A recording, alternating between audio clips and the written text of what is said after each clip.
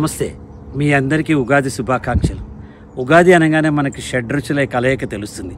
తీపి, కారం, ఉప్పు, పులుపు, చేదు, వగరు, ఈ ఆరు కలిస్తే మనకు ఉగాది పచ్చడి అవుతుంది.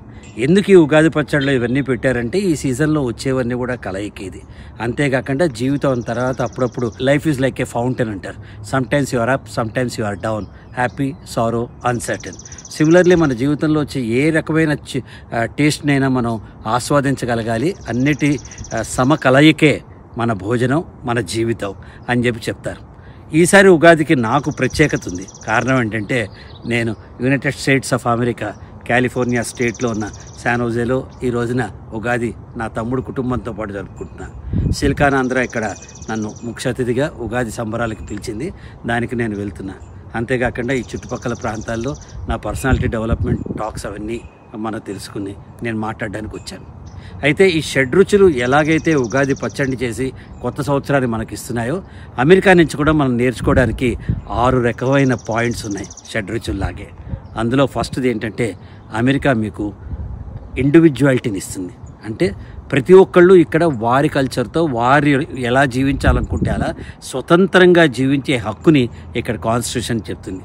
అందుకనే పక్కవారి జీవితంలో వేళ్లు పెట్టి మన వాళ్ళు కెలికినట్టు ఇక్కడ కెలకరు. ఇక్కడ ఎవరికి వాళ్ళకి స్పేస్ ఉంది, ఎవరికి వాళ్ళకి ఇండివిజువాలిటీ ఉంది. సో మీరు ఇక్కడ అమెరికా వస్తే మీరులాగా జీవించే అవకాశం ఉంది.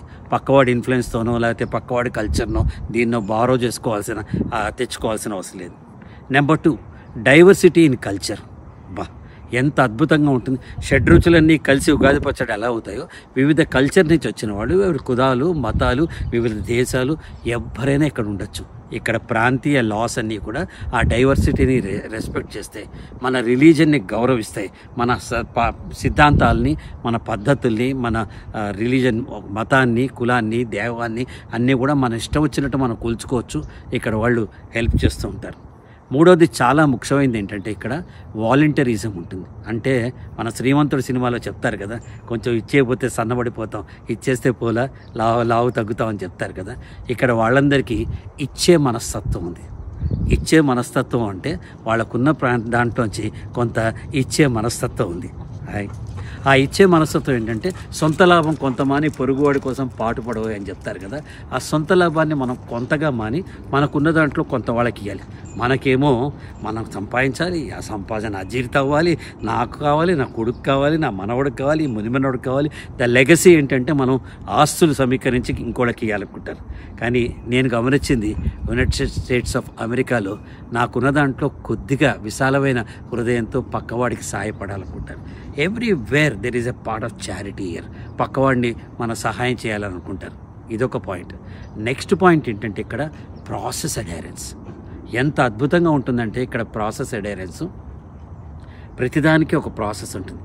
అసలు ఓ రైటు తిరగాల వద్దా అనే ముందర ఆ డ్రైవర్ ఒక్క సెకండ్ ఆగి చూస్తాడు ఇటు. ఇది పద్ధత కాదా, ఆమె suppose to do it or not. మనలాగా క్యాజువల్ నేచరు, చల్తే ఫిరితే నజరాయింగే అని ఇక్కడ ఉంటారు. సో ఎప్పుడైతే మీరు ఒక ప్రాసెస్ ఉంటుందో, ఎప్పుడైతే మీకు ప్రవహించే నదికి ఇటు గట్లు ఉన్నట్టు ఉంటాయో, ఎప్పుడైతే ఒక దీపం చుట్టూ 2 చేతులు పెట్టినట్టు ఉంటుందో ఆ జీవితం సస్యశ్యామలం అవుతుంది. ఇక్కడ కూడా అంతే. దాని తర్వాత మరొక ఇంపార్టెంట్ అబ్జర్వేషన్ నేను ఇక్కడ చేసింది ఏంటంటే ఇక్కడ అందరి జీవన ప్రమాణాలు చాలా బ్రహ్మాండంగా ఉంటాయి.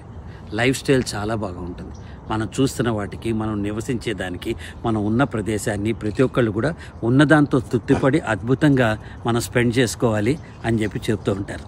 కానీ నిజానికి ఈ 5-6 పాయింట్స్ కూడా కలిపితే అమెరికా రావాలి అనే వాళ్ళందరికీ అమెరికా నుంచి నేర్చుకోవాలి అంటే ఈ ఉగాది, వచ్చే ఉగాదికి మనం అద్భుతంగా అవుతాం. అమెరికా రావటం ఒక ఎత్తు, అమెరికా లాగా ఆలోచించడం ఒక ఎత్తు, అమెరికా వాళ్ళ పద్ధతి చూసి నేర్చుకోవడం ఒక ఎత్తు. ఈసారి నుంచి కూడా మనం అమెరికా పద్ధతులన్నీ నేర్చుకుని అమెరికా వచ్చేద్దాం. ఇక్కడ కూడా మనం ఆనందంగా జీవిద్దాం. మీ అందరికీ మరోసారి ఉగాది శుభాకాంక్షలు.